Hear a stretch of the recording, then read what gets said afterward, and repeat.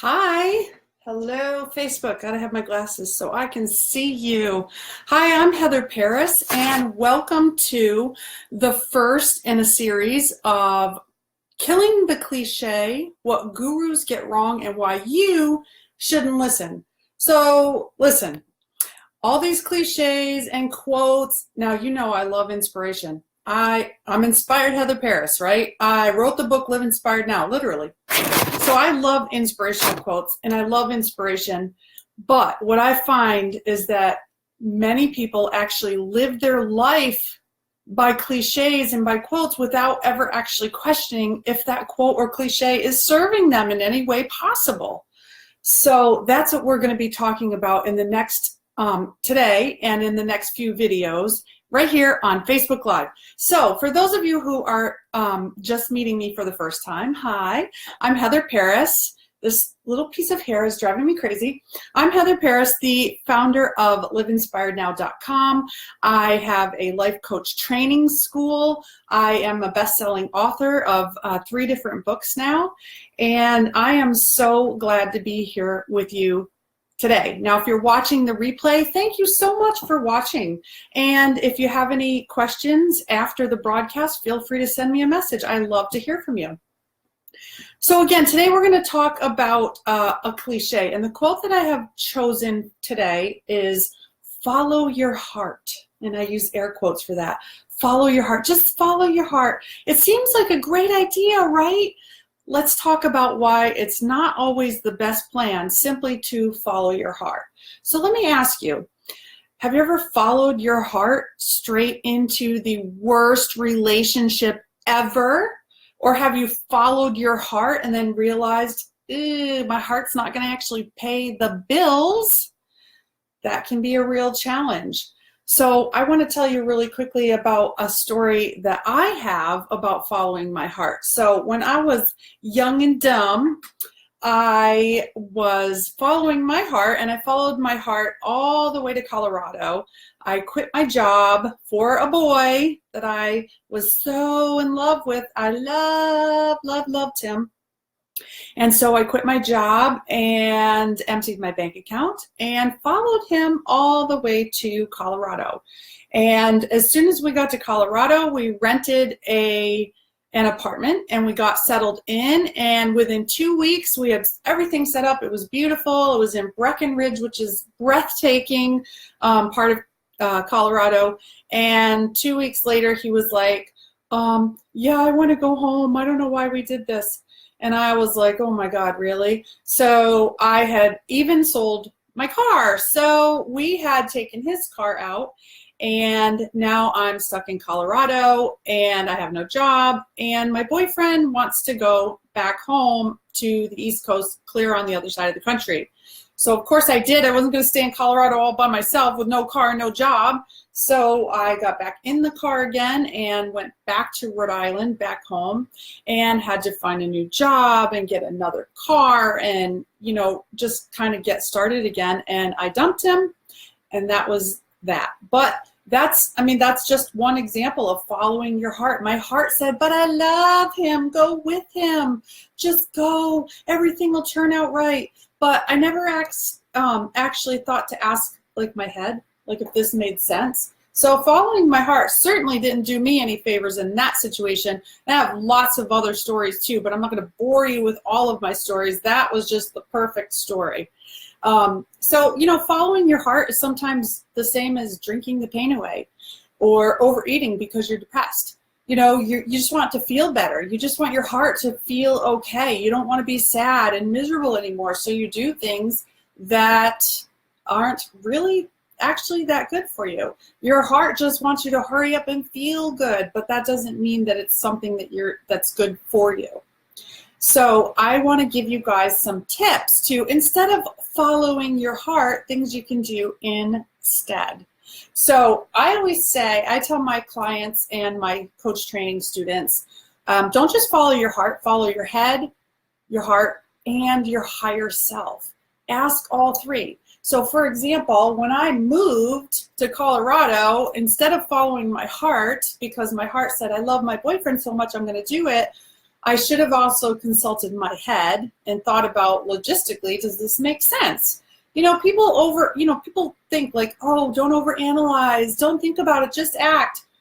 No, think about it. Give it a thought. Your brain is in your body for a reason. It has something really important to offer. So ask your heart, that's your feelings. Like, how do you feel about this? Do you really want to move? And then ask your head, does this make sense? Can I afford it? Am I able to find a place to live? Do I have a job lined up? Does it make financial sense? But then also ask your higher self, and that's your spirit or your soul. Is this right for everyone? Your higher self wants to make sure that it's a good fit for everyone. And your higher self, really, you can ask all three, but your higher self is pretty much the ruling voice. So if your higher self says no, then it's a no. So yeah, your heart, your head, and your higher self.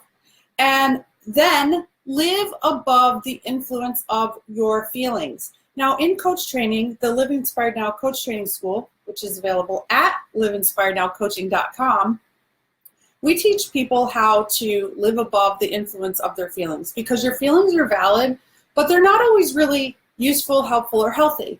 So let me give you an example. When my daughter Madison was a toddler, she was either 2 or 3, she must have been about 2. She had a stomach bug and she got dehydrated and she was really, really sick. So she had to stay in the hospital and she had to have an IV. Now, of course, no 2-year-old wants to have a needle stuck in their arm, right? But it was important that she did because she was sick and she needed to get hydrated and she couldn't keep any fluids down. So I, as her mother, had to pin her down while the doctor put this IV in her arm, and she screamed bloody murder and she wailed and she kicked and she cried, and it was literally gut-wrenching. I mean, I did not want to do it. My heart was absolutely breaking. It hurt so much. But if I had listened to my feelings, she would have stayed sick. She would have stayed dehydrated. She could have died. Your feelings are not always useful. They're valid, absolutely. Yes, I was heartbroken and that was valid. But what needed to happen in that moment was I needed to hold my daughter down so the doctor could put the IV in her so that she could get fluids again. And within 12 hours, she was feeling so much better. And, the trauma of having that IV put in was long gone, and we got through it. I coached her through it, even as a little kid. So, you know what? Live above the influence of your feelings. They're valid, but they're not necessarily useful, helpful, healthy, or even kind. So, learn to prioritize, not compromise. Now, I like this one a lot. Compromising means giving something up, where prioritizing means raising something up. Or raising someone up. So, for example, I had a meeting today. I'm a Rotarian. I joined my local Rotary for some great networking opportunities and because they do amazing things in the community that I wanted to be part of. So the club meets every Tuesday at noon. And I really, really wanted to go today, especially because there was a speaker there today that I really wanted to hear. But I didn't. I gave up on going to Rotary today because I had to really prioritize my clients. Some things came up and I needed to be here in my office for my clients, and so I didn't compromise on that. I will never compromise on my clients, my business, my family, my kids. There's certain things that I don't compromise over, no matter what my heart wants to do. Now, my heart wanted to go see all my friends at Rotary and hear this great speaker that they had today. But I couldn't compromise on that because my priority was my clients. And today, they needed me. So learn to prioritize, not compromise, right? Learn to discern. Now, this is a huge one. Learn to ask yourself, is this good for me? Or is this just good right now? Now, that means whatever you're doing, right? Is this something that is going to be long-term good for you? Or, yes, they are valid, right? Hello. See, somebody's commenting. So, drinking too much, having sex with somebody that you just met, eating junk food, not going to the gym, like all of these things, spending money. People say retail therapy. I literally hate that phrase. It's not therapy. It's you spending money that you shouldn't be because you feel bad and you haven't learned how to process your feelings in an appropriate way. So it's not retail therapy. Is this good for you right now? Or is this good for you over the long term? If it's not good for you, for your health or for your happiness long term, then it's probably not good for you. So don't do it. Learn to discern.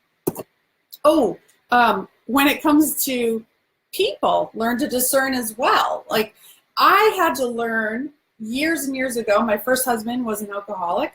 And, I learned over the years that he should have been a client, not a husband. So, ask yourself, is this a person I should be dating or a person I should be helping? Because there is a big difference. I had to learn the hard way. I don't want you guys to have to learn the hard way. So, don't follow your heart necessarily when it comes to people that you're dating. My heart every day of the week tells me, go help this person. But sometimes that's the worst thing that we can do.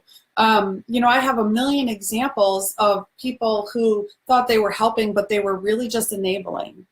So you have to learn to get good at saying no too, and be okay with no. Listen, the word no is actually a complete sentence. You don't have to explain anything.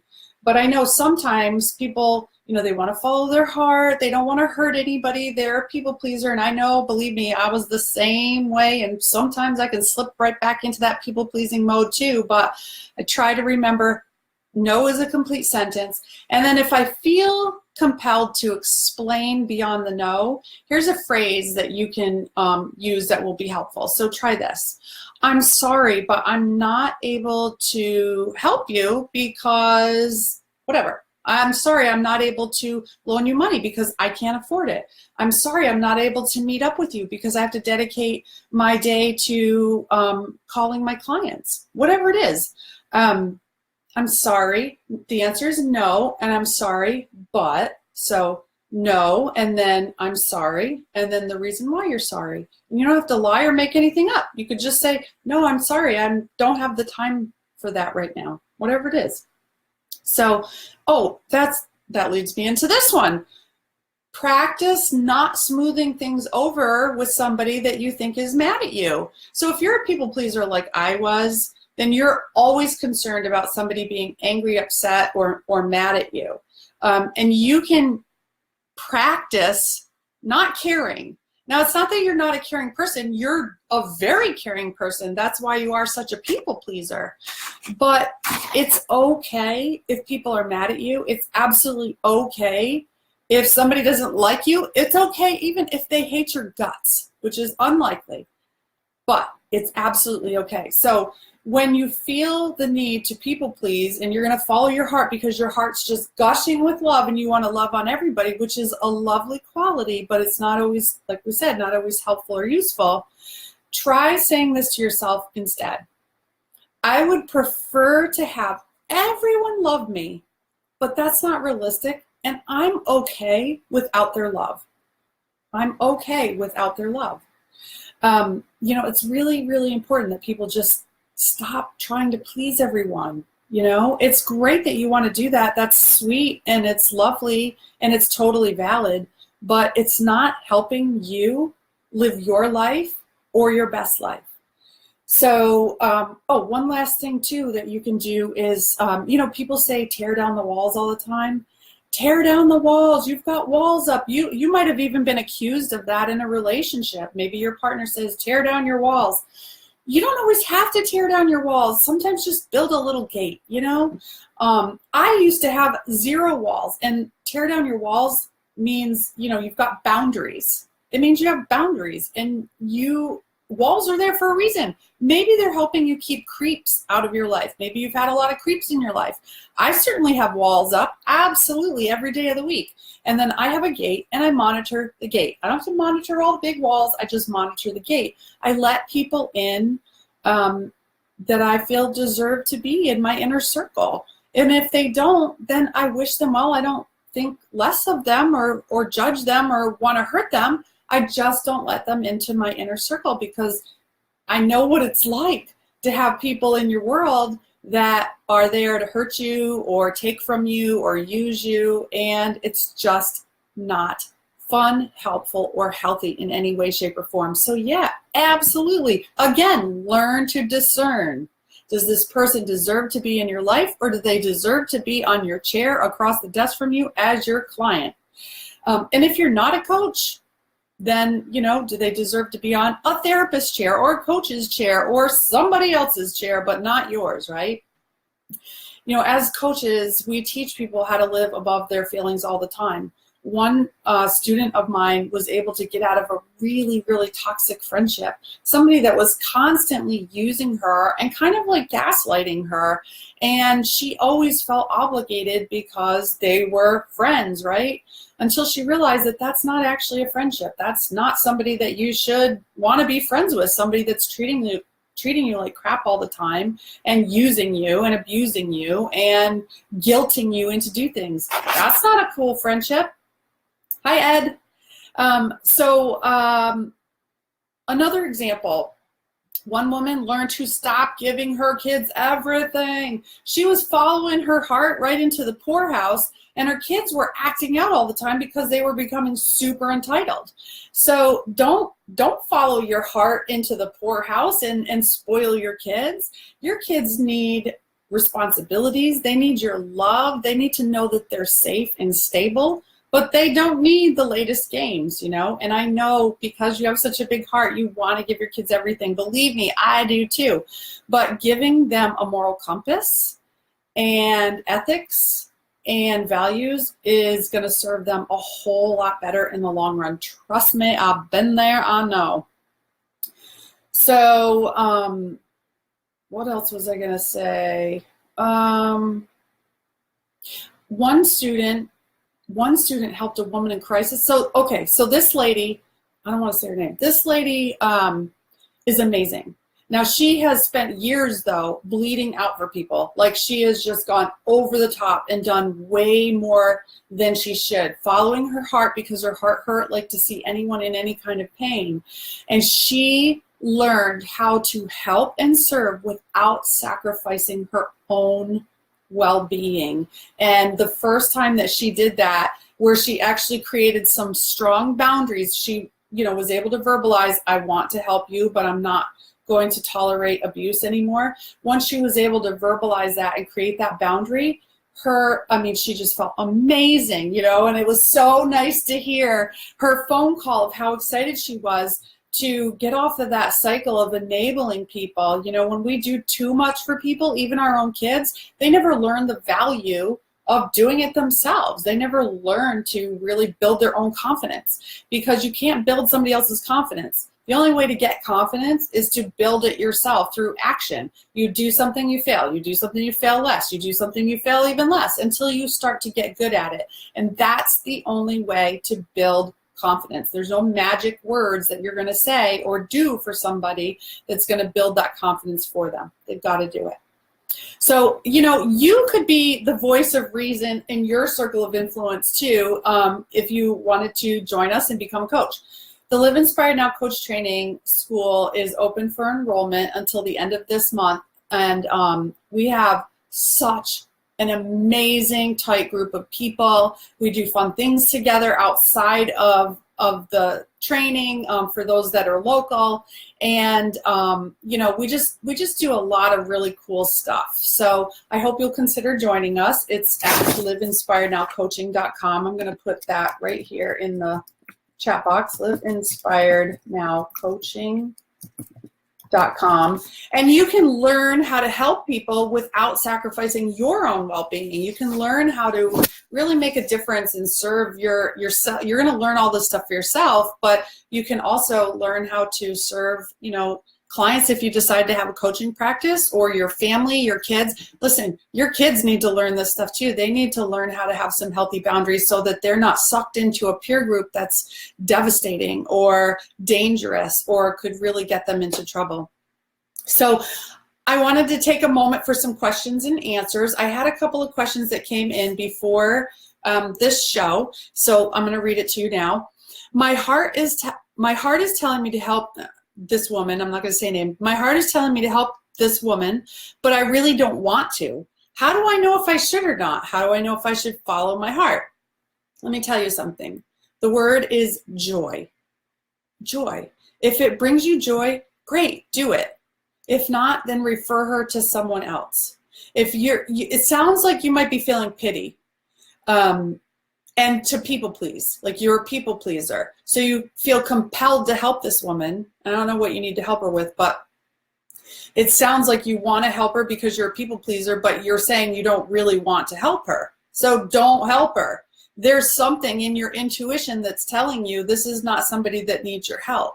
And so I would say, listen to your head, take into consideration your feelings, your heart, but also listen to your head. I mean, am I enabling her? Is this something I can afford to do? Is this, going to take away time from my own family? But then also listen to your higher self, and your higher self knows the truth. Your higher self will tell you, no, you need to walk away from this woman because it's going to hurt you to help.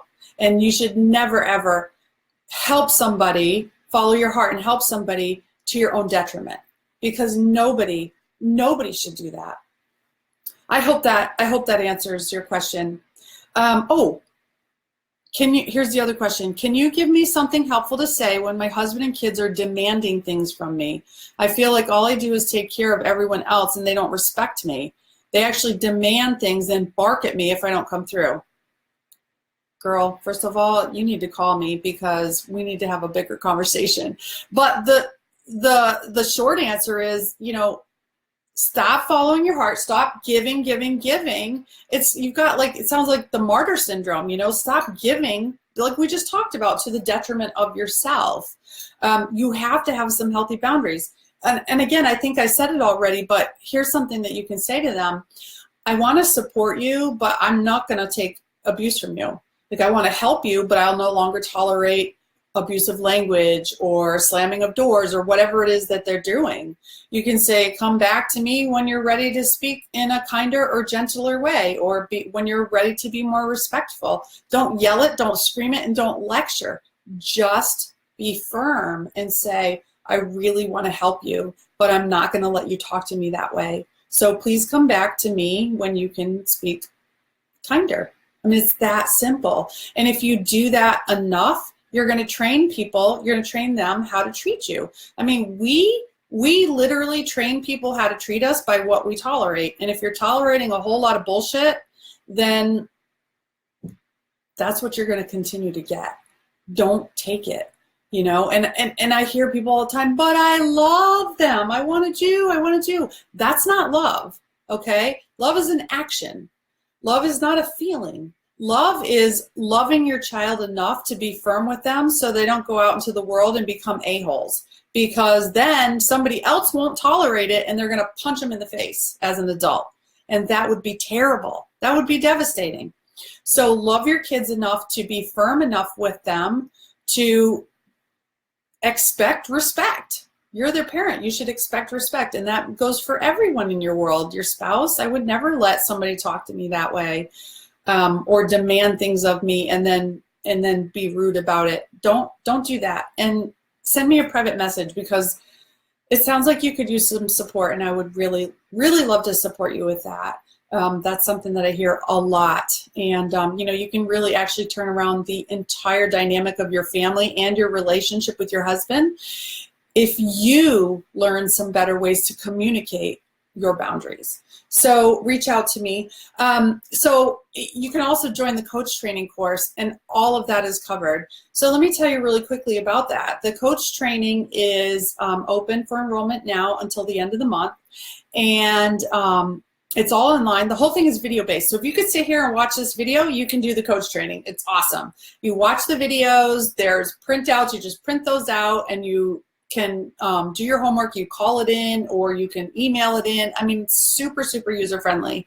And the best part about this coach training is Well, there's several things. Number one, it's affordable. It's priced lower than all of the other coach trainings, and that is because I want to get this type of material out to the masses, because we all need to learn how to communicate in healthier ways, how to be emotionally intelligent, and how to help our kids, right? There's so much garbage going on in schools today, and it's a really scary place to navigate. And if we don't help our kids be empowered, then they're just, they're getting in trouble. They're having a hard time. So that's why, so it's price affordable for the most amount of people.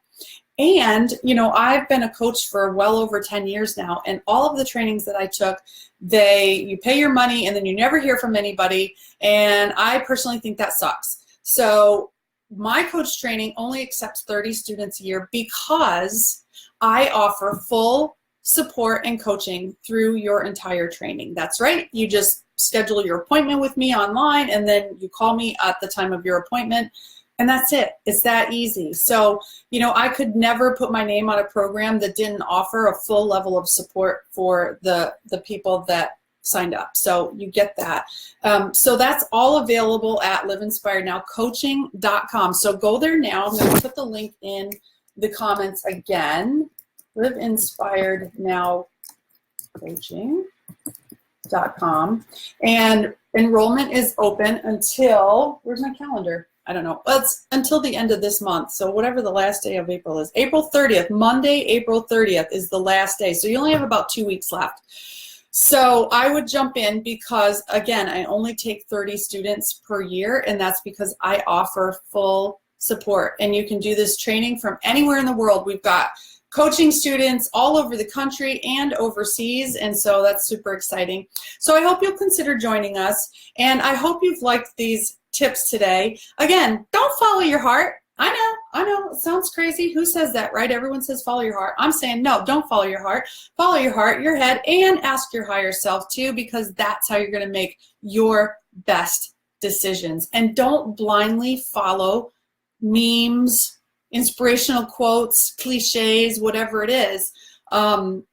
They're great sometimes, and they can feel really good too, but if you're blindly following a cliche and not thinking about what the other possibilities are, you might actually just be like zombieing through things without really considering if it's good advice or not.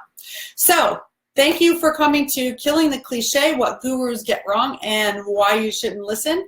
We've got 5 more episodes, and if you would like me to consider your quote, cliche, or phrase that you say often, just send me a message. Go to liveinspirednow.com, sign up for my free video training series, and just send me an email, and I can't wait to hear from you.